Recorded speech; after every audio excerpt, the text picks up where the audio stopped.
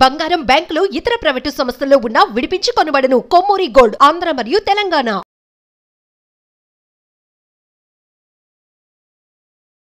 September 9, 2023 మీకు date రాసి మరీ చూపిస్తాను. 9వ తేదీ 9వ నెల 2023 సంవత్సరం. ఆంధ్రప్రదేశ్ ప్రజలు మర్చిపోయినటువంటి రోజు. అప్పటికే 3 సార్లు ముఖ్యమంత్రిగా పనిచేసి ఉన్న, ప్రతిపక్ష నాయకుడిగా కూడా 3వసారి పనిచేస్తున్నటువంటి నారా చంద్రబాబు నాయుడు గారిని నంద్యాలలో రాత్రిపూట అరెస్ట్ చేసినటువంటి రోజు. ఆ రోజు వైసీపీ ప్రభుత్వం చంద్రబాబు నాయుడు గారి మీద స్కిల్ డెవలప్మెంట్ కేసు పెట్టింది. సహజంగా ముఖ్యమంత్రిగా ఉన్నప్పుడు ఆయన తీసుకున్న నిర్ణయం మీద పెట్టిన కేసు కాబట్టి గవర్నర్ గారి పర్మిషన్ తీసుకున్న అరెస్ట్ జరగాలి. కానీ గవర్నర్ గారి పర్మిషన్ లేకుండానే, ఎలాంటి నోటీస్ ఇవ్వకుండానే, ఏ కేసులో అరెస్ట్ చేస్తున్నావో చెప్పకుండానే ఆ రోజు చంద్రబాబు నాయుడు గారిని అరెస్ట్ చేశారు. అరెస్ట్ చేసిన తర్వాత చెప్పారు స్కిల్ డెవలప్మెంట్ కేసులో అరెస్ట్ చేశామని చెప్పేసి. ఆ స్కిల్ డెవలప్మెంట్ కేసు ఏదైతే చంద్రబాబు నాయుడు గారి మీద పెట్టిన కేసు ఉందో అది కేవలం ఒక పథకం ప్రకారం పెట్టిన కేసు. తాడేపల్లి ప్యాలెస్ నుంచి వచ్చినటువంటి ఆదేశాల మేరకు, అక్కడ రాసినకున్నటువంటి ఒక స్క్రిప్ట్ మేరకు పెట్టినటువంటి కేసుగా తెలుస్తూ ఉంది. మీ అందరికీ తెలుసు ఆ కేసులో చంద్రబాబు నాయుడు గారు 53 రోజులు జైల్లో ఉన్నారు. 53 రోజుల కాలంలో ఆయన మీద 6 కేసులు పెట్టారు. ఒక కేసులో బెయిల్ వచ్చినా సరే మరో కేసులో అరెస్ట్ చేయడానికి చంద్రబాబు నాయుడు గారు అప్పటి నుంచి ఎలక్షన్స్ అయిపోయేంత వరకు జైలు నుంచి బయటికి రాకుండా ఉండటం కోసం అని చెప్పేసి 6 కేసులు పెట్టారు. స్కిల్ డెవలప్మెంట్ కేసు అరెస్ట్ చేశారు, ఫైబర్ కేసు తర్వాత పెట్టారు, ఇన్నర్ రింగ్ రోడ్ అని వియన్ రింగ్ రోడ్ కేసు పెట్టారు, పద్యం కేసు అన్నారు, ఇసుక కేసు అన్నారు. రిలీజ్ అయ్యే ముందు కూడా కేసులు పెట్టారు చంద్రబాబు నాయుడు గారి మీద. సరే కేసులు పెట్టారు, ఓకే. ఆ కేసులో ఉన్న నిరూపించగలిగారా, ఆధారాలు చూపించగలిగారా అంటే కోర్టే అక్షింతలు వేసింది, ఎలాంటి ఆధారాలు దొరకలేదని చెప్పేసి. ఇంతకీ సరే అసలు విషయానికి వస్తే చంద్రబాబు నాయుడు గారిని అరెస్ట్ చేసినటువంటి స్కిల్ డెవలప్మెంట్ కేసు ఒక కుట్రపూరితంగా ఇరికించబడింది అని చెప్పడానికి ఆధారాలు బయటకు వస్తున్నాయి. ఆ రోజు పివి రమేష్ ఒక ఐఏఎస్ అధికారి, చంద్రబాబు నాయుడు గారి కాలంలో ప్రత్యేక ఆర్థిక శాఖ ప్రధాన కార్యదర్శిగా పనిచేసినటువంటి వ్యక్తి. ఆయన స్టేట్మెంట్ మేరకు, ఆయన ఇచ్చినటువంటి 161 స్టేట్మెంట్ మేరకు చంద్రబాబు నాయుడు గారిని అరెస్టు చేశామని చెప్పేసి ఆ రోజు ఏపీ సిఐడి పోలీసులు చెప్పారు. ఇంతకీ ఆ పివి రమేష్ ఏం చెప్తున్నాడు తెలుసా? ఆయన ఊకుకు స్టేట్మెంట్ మార్చగలిగే వ్యక్తి కదా, ఐఏఎస్ అధికారిగా పనిచేసినటువంటి వ్యక్తి, ఒక స్థాయి ఉన్న వ్యక్తి. ఆయన చెప్తుంది ఏంటంటే, నేను ఇచ్చిన స్టేట్మెంట్ వేరు, వాళ్ళు రాసుకున్నటువంటి స్టేట్మెంట్ వేరు.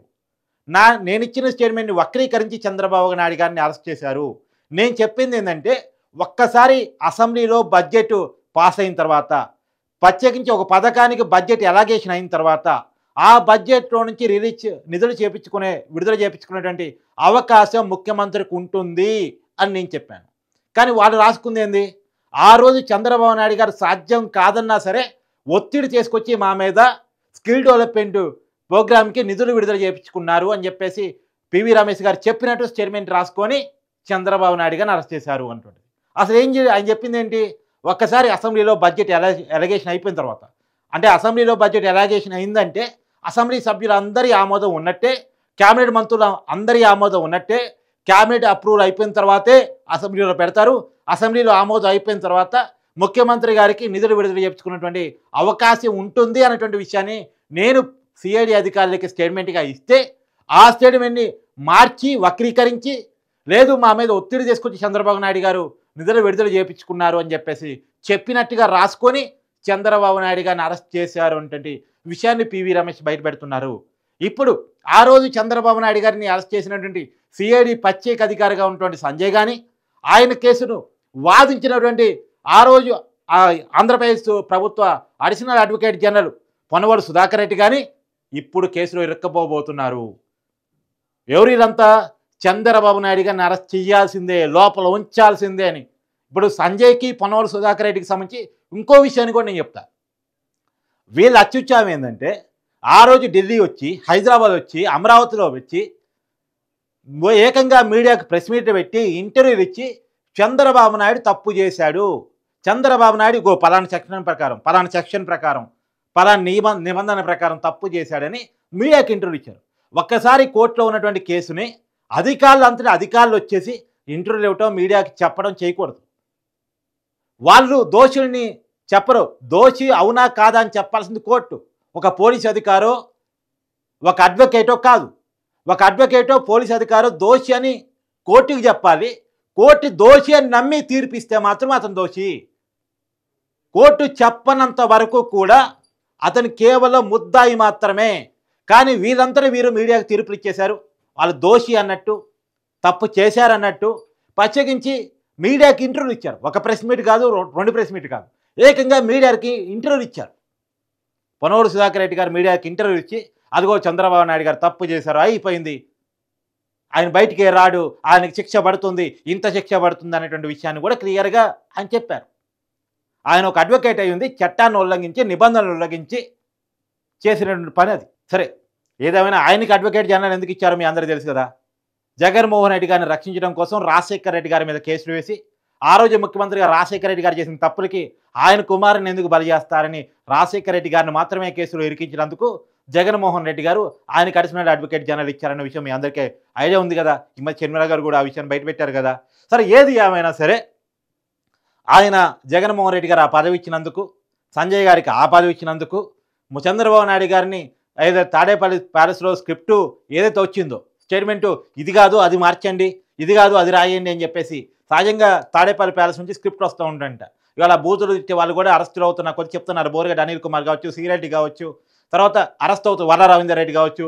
మాకేం తెలుసు, వాళ్ళు స్క్రిప్ట్ పంపిస్తారు, మేము దాన్ని పెడతాము, మా సొంత ఆలోచన ఏంటి, మా బుర్ర పనిచేస్తా, మా బుర్రకు పదిలే ఉండదు అని చెప్పి చెప్తా ఉన్నారు.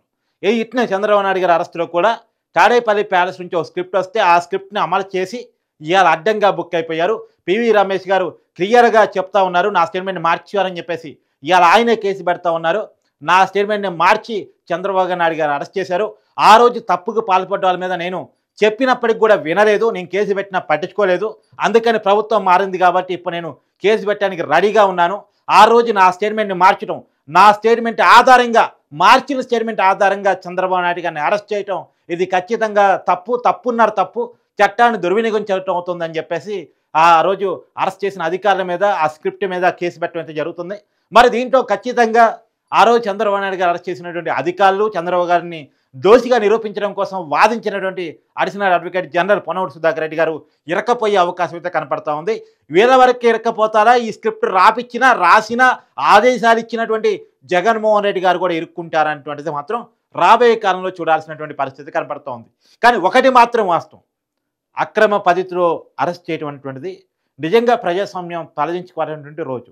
ఒకటి, ప్రతిపక్షాల్లో ఉన్నటువంటి వాళ్ళని అరెస్ట్ చేయడం కోసం దొంగ కేసులు పెట్టడం చూస్తాం, ప్రైవేట్ కేసులు పెట్టడం చూస్తాం, కావాలని ఇరికించే పద్ధతి చూసాం.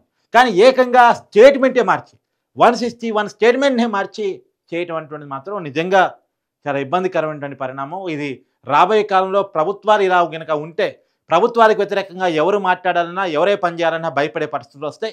ఇది ప్రజాస్వామ్యంలో అస్సలు మంచి పద్ధతి కాదు. గతంలో చేసినటువంటి ఇలాంటి పనులన్నీ ఇప్పుడు ఒక్కొక్కటిగా బయటకు వస్తూ ఉన్నాయి. ఎంత దుర్మార్గం అంటే ఆ రోజు చంద్రబాబు నాయుడు గారు బయట రాకుండా చేయడం కోసం ఇందాక నేను చెప్పినట్టు 53 రోజుల కాలంలో 6 కేసులు పెట్టారు. 6 కేసులు పెట్టారు. మరి చూడాలి వీళ్ళందరి ఎలా బయట తీసుకొస్తుంది కూటమి ప్రభుత్వం, ఇవన్నీ విషయాలు బయట తీసుకొచ్చి వాళ్ళందరినీ జైలు పాలు చేస్తా లేదా అనేటువంటిది మాత్రం రాబోయే కాలంలో మనం చూడాల్సిన పరిస్థితి కనపడతా ఉంది.